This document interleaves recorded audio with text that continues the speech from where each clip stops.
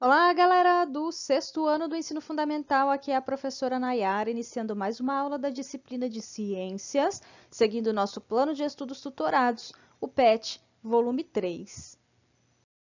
Nessa aula, a gente vai fazer uma rápida revisão do conteúdo que nós vimos na semana 1 do PET 3 e logo em seguida realizar a correção da atividade. Então, na semana 1, nós falamos sobre a célula, a unidade da vida. Nós vimos então que todos os seres vivos são formados por células, que são estruturas microscópicas, né? Ou seja, muito pequenas, que não são visualizadas a olho nu, apenas com a ajuda de um microscópio. Então, nós conhecemos os microscópios ópticos, né? Ou chamados também de microscópio de luz, que é uma ferramenta que nos possibilita visualizar estruturas muito pequenas, como bactérias, células e estruturas microscópicas. Então, através do desenvolvimento dessa tecnologia, dessa ferramenta importante, né, o microscópio, nós conseguimos perceber que os seres vivos são formados por essas estruturas muito pequenas chamadas de células. Então, aqui nós temos uma imagem de microscópio de luz de uma célula vegetal, né? Como nós sabemos, seres vivos, as plantas também são seres vivos, então todos os seres vivos são constituídos por células.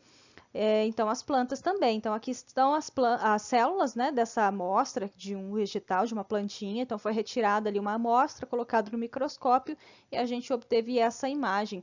Aqui é um conjunto de células, né, uma amostra de tecido de algum órgão, né, de ser vivo, do fígado do animal. E nós podemos ver aqui várias células, né, várias, uma do lado da outra. Nós sabemos, então, que os seres vivos são formados por esses conjuntos de células. Então, um tecido é um conjunto de células e cada célula é uma estrutura importantíssima que realiza importantes funções no organismo dos seres vivos. Então, nós sabemos, né, que todos os seres vivos são formados por células, a célula é a menor unidade viva, elas surgem a partir de outras células, ou seja, uma célula tem capacidade de se dividir, dando origem a outra idêntica a ela. Existem diversos tipos de células diferentes no nosso corpo, né? Nós somos formados pelo conjunto de diversos tipos diferentes de células, elas são diferentes porque executam funções diferentes, têm formatos diferentes, né, devido a isso. Então, nós somos um aglomerado de diferentes tipos de células, cada uma realizando funções importantes. Dentro delas existem várias estruturas, né, que realizam reações químicas e possibilitam que o nosso organismo seja como é e funcione bem como funciona.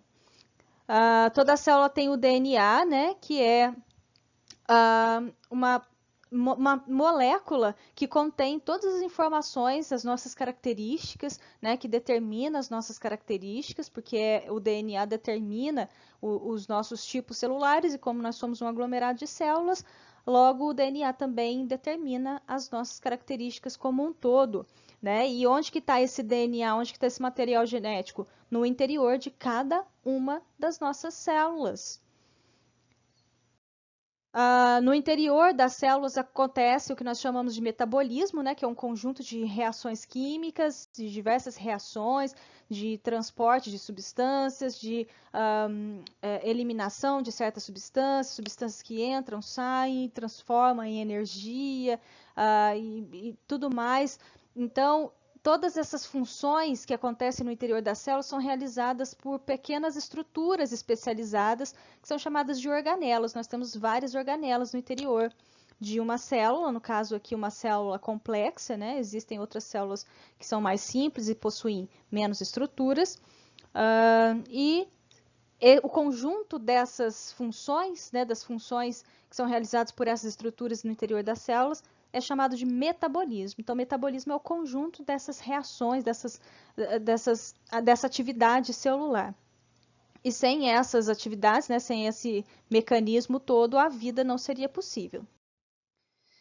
Então, toda célula, todo tipo celular possui algumas estruturas principais, que são elas, né? Membrana plasmática, que é uma fina camada que reveste o exterior da célula, delimita a célula, né? o citoplasma, que é uma substância gelatinosa que preenche o interior da célula. Então, a célula é uma estrutura cheia de um material gelatinoso chamado de citoplasma.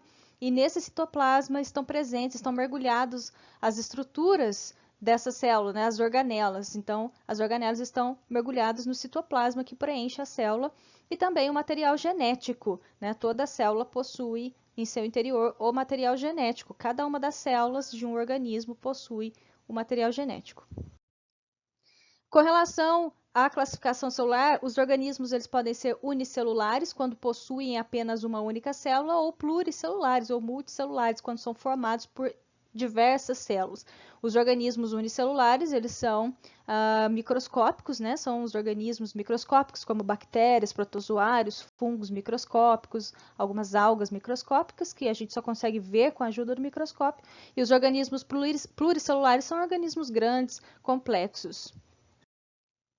As células elas podem ser do tipo procarionte ou eucarionte. Célula procarionte é uma célula bem simples, onde o material genético está disperso no citoplasma, não é organizado, como na célula eucarionte, que além de ser uma célula mais complexa, né, com diversas organelas, diversas estruturas, tem o núcleo, que os únicos organismos procariontes são as bactérias, né, e os demais organismos são eucariontes, têm células complexas com a presença do núcleo.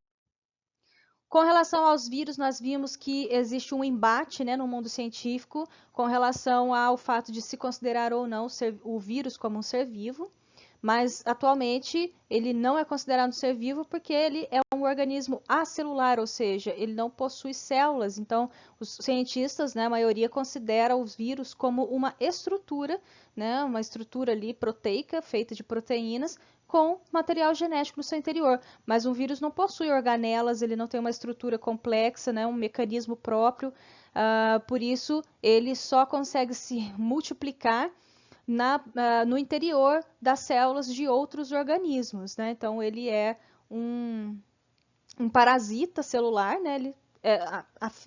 Ele infiltra dentro das células de um organismo para poder se multiplicar e nisso ele acaba prejudicando aquele organismo no qual ele está invadindo, causando doenças, por isso que no geral, né, nós conhecemos os vírus como causadores de doenças e tal. O coronavírus é um exemplo disso, né? Estamos vivendo uma pandemia causada por este vírus.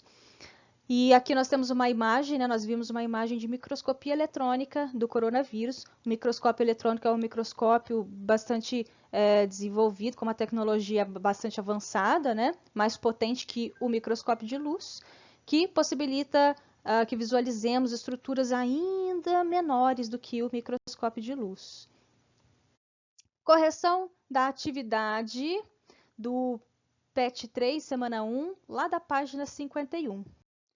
Correção da atividade, semana 1, número 1. De acordo com a teoria celular, todos os seres vivos são constituídos por células. De acordo com essa teoria, qual dos organismos a seguir não pode ser considerado um ser vivo?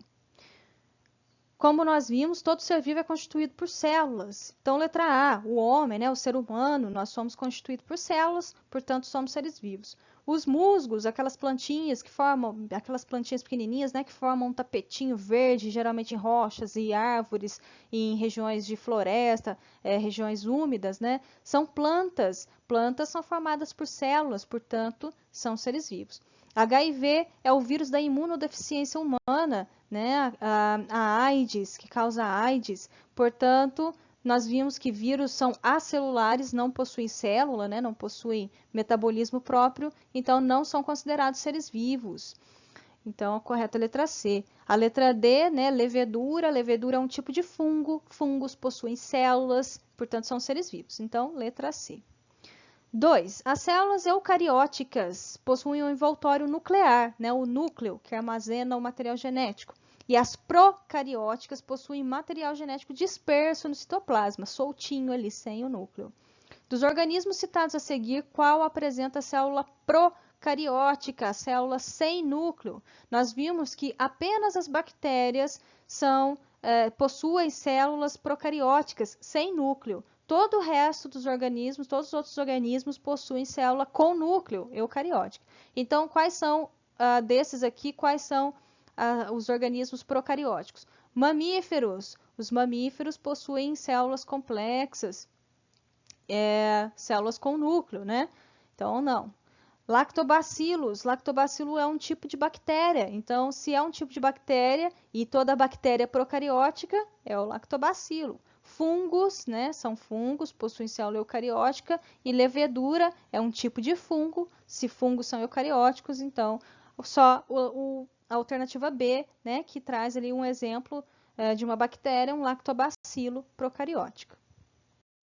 3. Diferencia uma célula eucariota de uma célula procariota. Eucariota, procariota, eucariótica, procariótica, eucarionte, procarionte, tá? É a mesma coisa. Então, diferencie uma célula procariota de uma eucariota através de desenhos e identifique as estruturas celulares. Então, aqui, ó, uma célula procarionte. Vocês podem fazer um desenho mais ou menos parecido com esse aí no caderno de vocês e evidenciar as principais estruturas, que são elas. Membrana plasmática, que é essa membrana, né, que envolve aqui a célula. O citoplasma, que é aquela substância gelatinosa que preenche a célula. As organelas, né, que são aquelas estruturas presentes no interior da célula. E o material genético. Então, as principais estruturas de uma célula procarionte. A eucarionte, membrana plasmática, né, também aqui, aquela fina camada que protege, delimita o exterior da célula, o citoplasma, né, aquela substância gelatinosa que preenche a célula, as organelas, as estruturas presentes aqui no interior da célula eucarionte, inclusive a célula eucarionte, ela possui várias organelas, né, ela é uma célula mais complexa, a procarionte, por sua vez, é mais simplesinha. E o núcleo, que é o diferencial desse tipo celular aqui, né, eucarionte, e o material genético. Então, vocês podem se basear, né, mais ou menos aqui nesse exemplo, para realizar o desenho aí no caderno de vocês. Pessoal, então, terminamos a revisão e a correção da semana 1, né, da atividade, da semana 1 do PET 3. Façam as atividades, tirem fotinha do caderno e me enviem, ou então faça pelo formulário que eu disponibilizo para vocês, tanto nos grupos do WhatsApp como lá no Classroom. Qualquer dúvida, estou à disposição. E eu vou ficando por aqui. Abraços, até a próxima. Tchau, tchau.